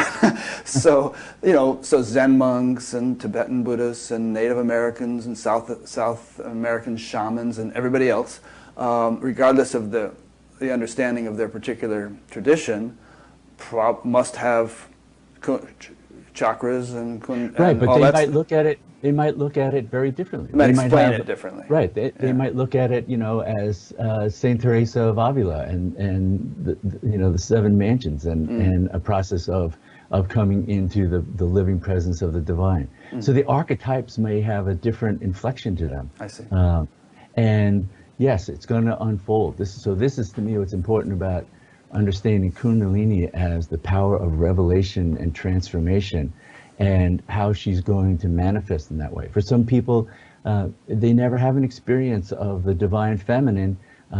It's always in the divine masculine, and sometimes Jung's work helps to help people to understand that, because sometimes it's women saying to me, "I never see the goddess, but I see Shiva, I see Krishna, I see this." It's the divine masculine that's taken the form of revelation, and that's their way that unfolding of the Shakti is manifesting for them. So all forms, that's the root understanding. All forms are her forms. All forms are born of a mother. All forms are that universal Shakti. I think it's also worth mentioning that according to one's physiological makeup, we have different proclivities in terms of what we experience. Some people just aren't very visually oriented, and they're not going to have visual things of Shiva or Mother Divine or anything else. They just aren't wired that way. So if you're kind of expecting to or thinking you should or something like that, you may end up frustrated. Right. Yeah, it was a very funny thing that I was sitting with Muktananda one time, and it was the darshan line, which was when, you know, thousands of people came up to greet him, and one fellow came up on the line and bowed before him and was saying, you know, Baba, I want to see God. I want to see that light. I want to see those lights, you know, that people talk about, that you've written about. And Baba looked at him and goes, "You want to see lights?" And he goes, "Yes, yes." And Baba pointed up and goes, "There's a crystal chandelier above. There, look at all those lights." And they said, "Now, do you want to see God as God is revealing himself to you, or do you want to see the form that you're looking for?" There's another question that occurred to me when you were doing that, saying that previous piece, and that is that different paths, I think, are equipped to provide different sorts of openings or different degrees of progress. It's like, to take an example, to take an analogy, we don't blame biology for not telling us about quantum mechanics, because it's just not biology's role to talk about quantum mechanics. Even though quantum mechanics is in some sense fundamental to biology, biology doesn't go there. It has its realm, you know? Right. So I think that there are certain spiritual disciplines and traditions which have a realm which may not encompass the entire range of possibility, but which are effective in bringing about a certain quality or degree of development. What do you think about that? Yeah, yeah. Okay. I mean, I think that's part of what you meant also before when you were saying, you know, you may study with a teacher and their capacity to take you so far, you come to the end of their paradigm or their understanding or their teachings, and still you're feeling the call to go further than that, and so something else happens. Yeah, and somebody else, you know, might decide to stay with that teacher because perhaps that teacher could take that person further than he could take you. You know. Yeah. Yeah. Different strokes for different folks. Yeah. So this kind of segues into that gear shift that I wanted to do. Here's a passage. You say, the power of the guru is a universal power of God. It is the power of divine revelation. One who functions as a guru is a channel for that power, and there are no perfect channels. It is the seeker's responsibility to become familiar with the scriptures, the writings of other enlightened beings, and the voice of their own inner source of wisdom. These three sources of knowledge provide a way of checking the validity of the teacher. Seekers must be vigilant and make every effort to sharpen their discrimination. Spiritual teachers of any school must be vigilant if they want to serve in God's work of bringing souls back to the recognition of their unity with the divine. If you want to give directions about a path, then you'd better know that path. Otherwise, you will bear the karmic burden of having misled others, a burden it could take you many lifetimes to free yourself of. So, in your interview with Tammy Simon, you talked frankly about, you know, the somewhat controversial things that Muktananda was accused of towards the end of his life. And you basically characterize those things, you know, some sexual dalliances of a certain kind, as being symptomatic of some shortcoming in his personality. And just to play devil's advocate, you know, we can talk about that and play and consider that possibility, but just to play devil's advocate, I was thinking, well, you know, as long as he wasn't, I mean, maybe some of the women were unhappy about that and felt like they had been used or abused or something. Although from the accounts I read, there was nothing forced or anything. But you know, maybe he was doing some kind of tantric thing where he was enlivening his energy, and it actually had an evolutionary purpose for him. Maybe. I don't mean to excuse inappropriate behavior or you know, imbalanced power relationship between guru and disciple, and maybe it was just inexcusable. But anyway, let's discuss this whole thing of teachers behaving responsibly or not, and the importance of discrimination on the part of the seeker in order not to get burned or, you know, disillusioned by such behavior. Right. So what would you like me to talk about with that? Well, I gave you a big long intro there, but I mean, how did you process here's a question that'll get you started. I mean, once those revelations came to light, did you become cynical? Did you become disillusioned? How did you rationalize or come to terms with that information? Well, I did see it as I saw it, and I don't remember all of how Tammy and I were talking about it. I mean, certainly with some teachers it can be a personality flaw. With Baba, I saw it as part of his tantric practices and his tantric tradition, and having known not until very late about that, and then he died. I don't know if he had continued to live, how I might have processed that or thought about, was I staying or leaving or what was going on. But I knew it wasn't, in terms of being congruent with what one is trying to fulfill as a Dharma, as a teacher, that's a real challenge. And how does a teacher, and so as I looked at that, I was going, well, how does a teacher fulfill that Dharma of making teachings available at this time, in this place, in this culture? You know, so for instance, Buddha wouldn't allow women to become initiated or become monks until near the very end of his life. And part of that was because there was such a patriarchal tradition, and it was a patriarchal society, and women weren't supposed to have any kind of play in that. And so even when he allowed that to happen, he put the caveat that forever the most junior nun, most senior nun would always be junior to the most junior monk.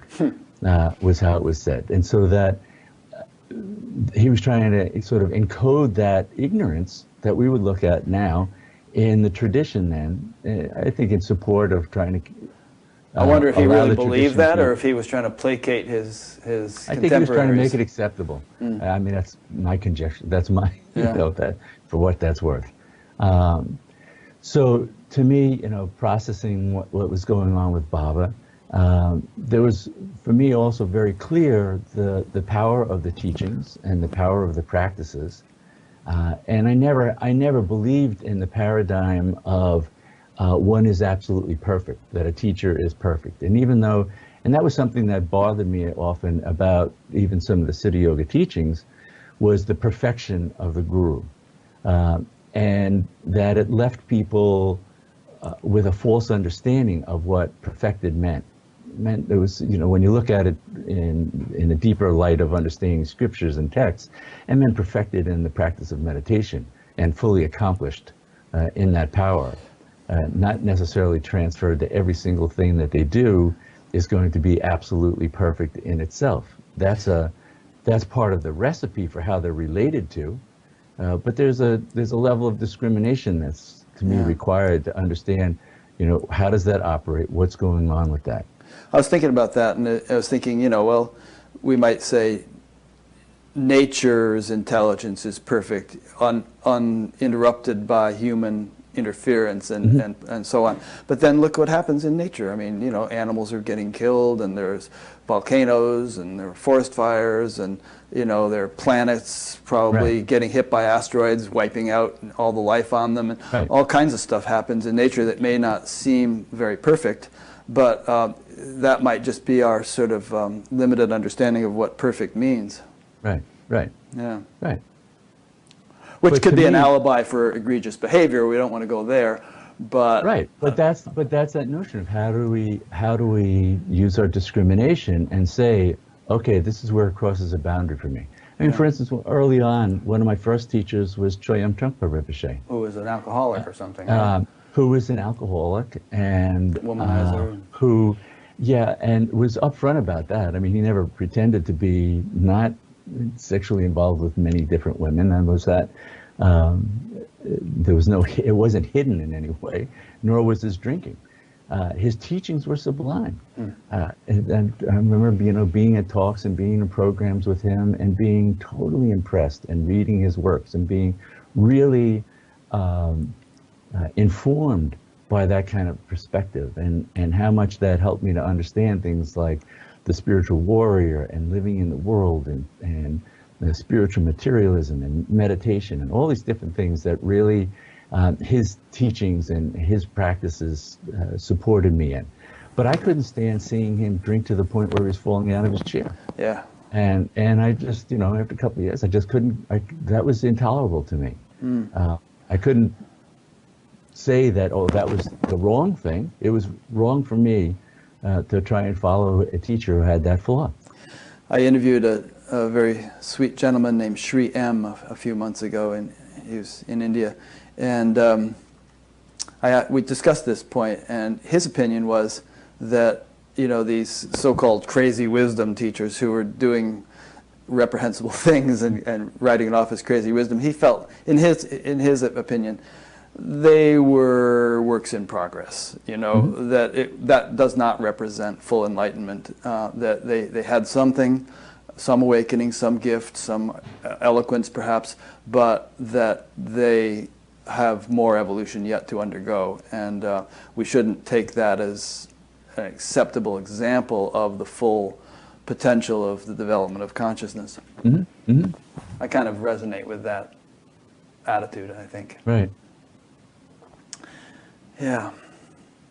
So, I guess on this point, just I have friends who became totally disillusioned when they discovered that their teacher or other teachers were doing these sorts of things. I would encourage people not to become disillusioned. That again, we're all works in progress. As Firesign Theater said, we're all bozos on this bus, right. And keep on trucking, you know, to coin another 60s phrase. That Well, and that sense of developing the discrimination to be able to sort out, you know, what's the nature of the truth in the teachings, even the truth of what was being transmitted by that teacher, and being able to hold that, even if the teacher itself is, you know, you're moving away from because they're abusive or they're this or that. I mean, there are teachers who have a lot of Shakti in terms they have a lot of energy, and they're abusive. That to me is unacceptable. Yeah. And just because they have a lot of energy doesn't give them a right to abuse anybody, or engage in sexual abuse or emotional abuse or authoritarian abuse. And to me, that means whatever those channels are that have to be cleared so that a person is really a living presence that communicates. To me, the understanding of the boundless love, the boundless compassion, the boundless kindness, the boundless patience, that is the nature of our true self, that is the divine within us, and becoming more and more merged in that, informed by that the vehicles of the mind and body become the expressions of that, the flowering of that. That's where we see, to me, the kind of presence of grace. Too often, the ordinary mind is impressed by power and sort of the raw use of power, and not the humble presence of a beautifully compassionate, loving, kind being.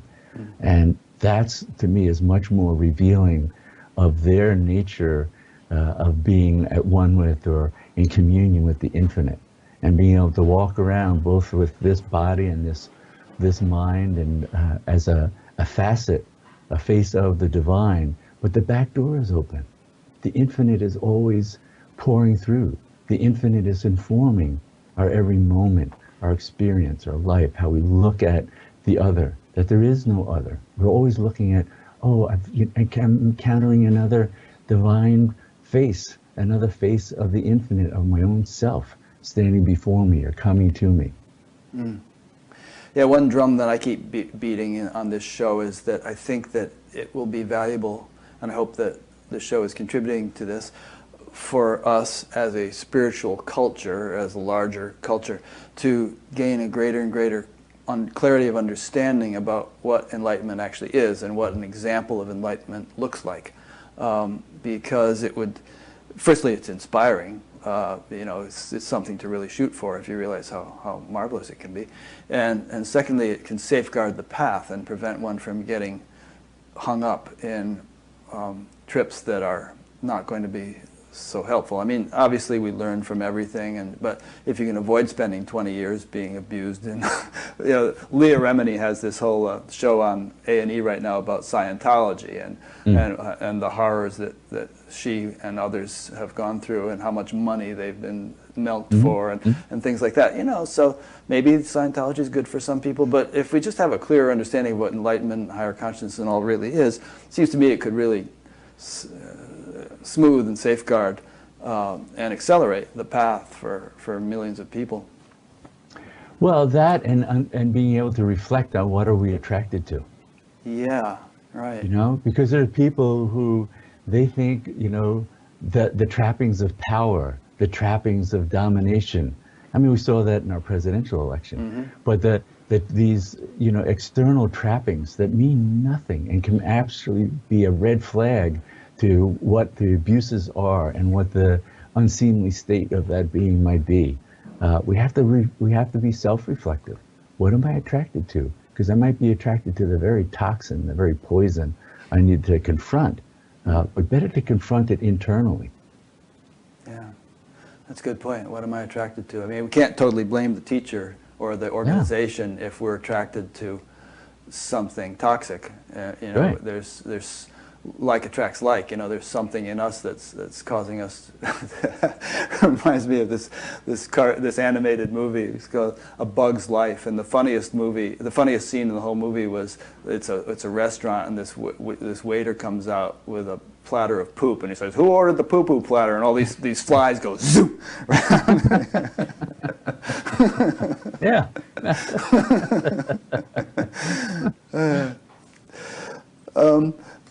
Okay, time to shift notes, I think, on that. Maybe this will be getting towards the end, but there's an interesting thing that you said in your book. You said when it comes to the higher realms of consciousness, the heart chakra and the throat chakra, and I presume you would also indicate the Ajna chakra, involving the actual power of consciousness underlying the mind, the binding forces are greater.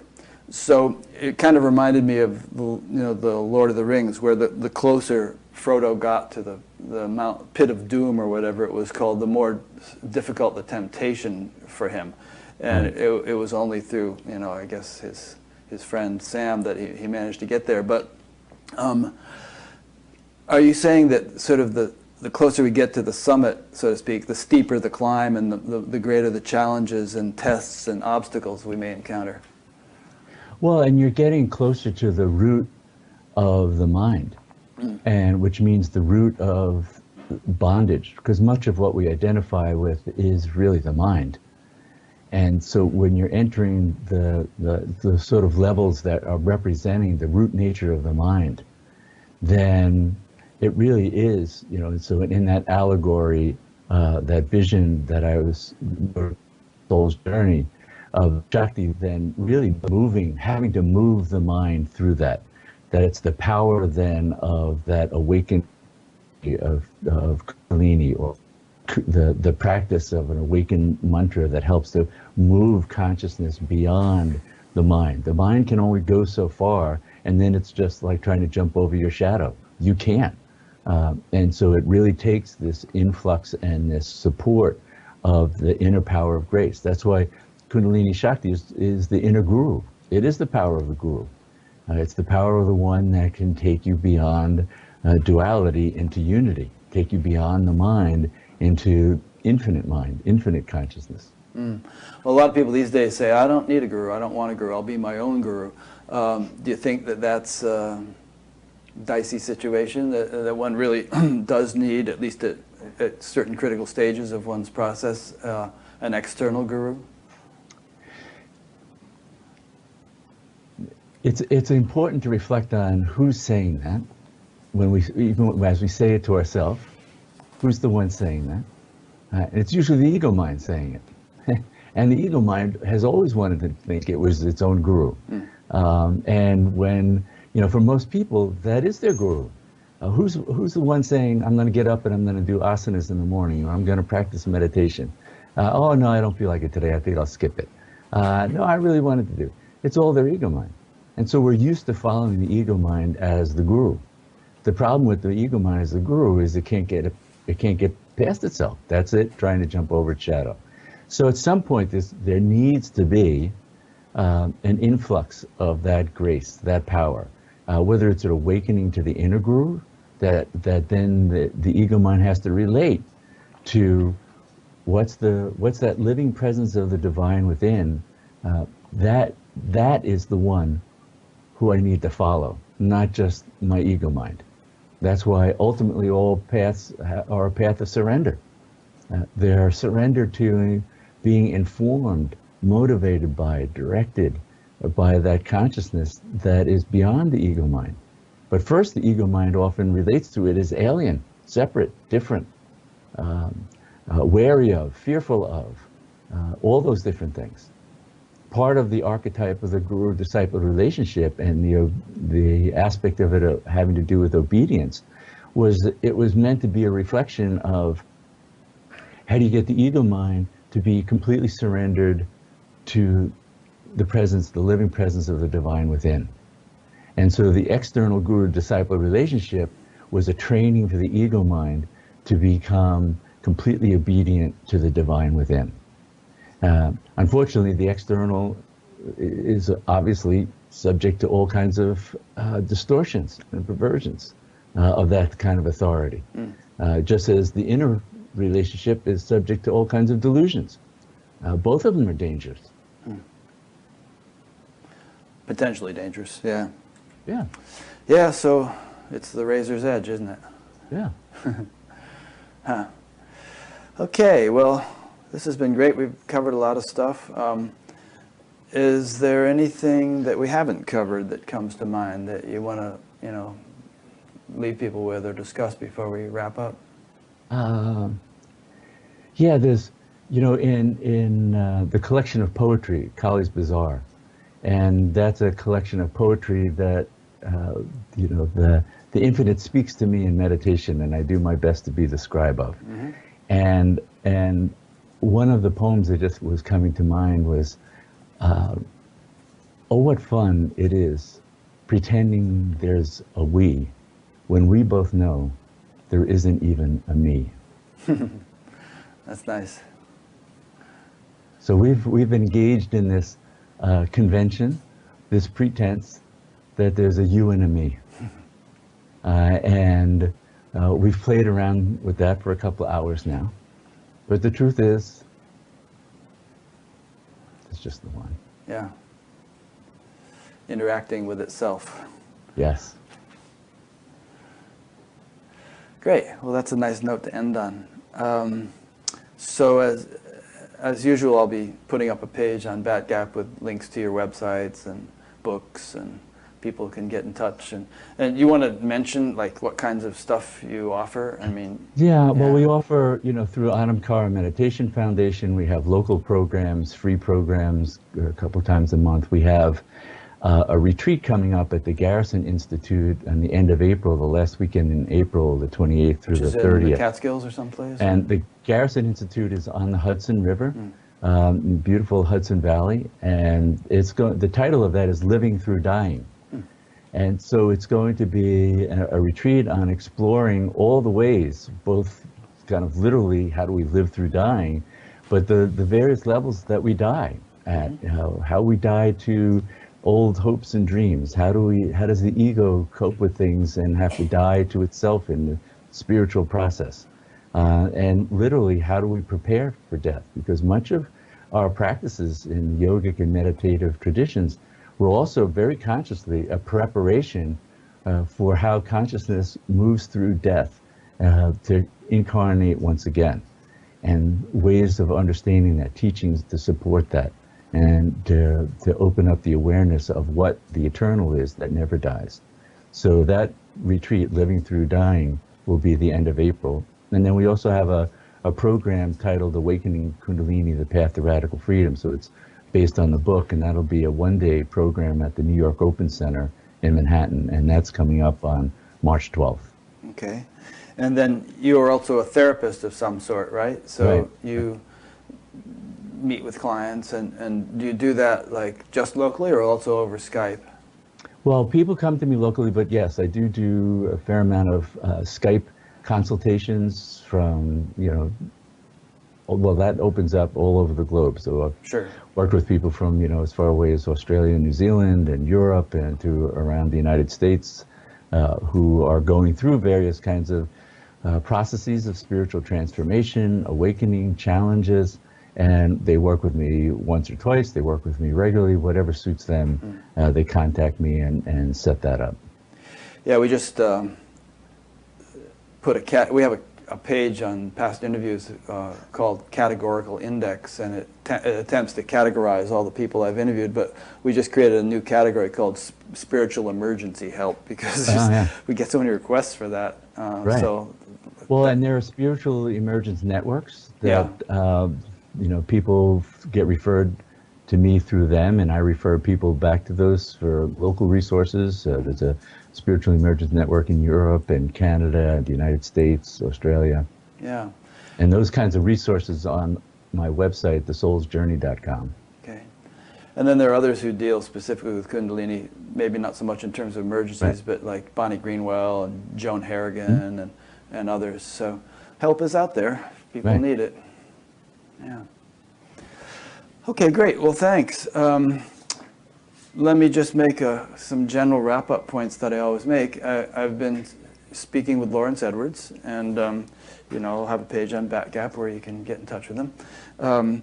This is part of an ongoing series of interviews. There have been we'll be coming up on 400 next year, and we intend to keep doing this.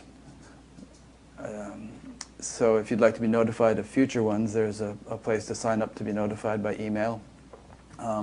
This also exists as an audio podcast. There's a link for that on the website if you want to subscribe to that. Then check out the different menus. There's some various things, and we keep adding to it. So just explore around. So thanks for listening or watching, and we'll see you for the next one, which should be in about a week. Thanks, Lawrence. Thank you, Rick. Great talking with you. Yeah, I really appreciate it.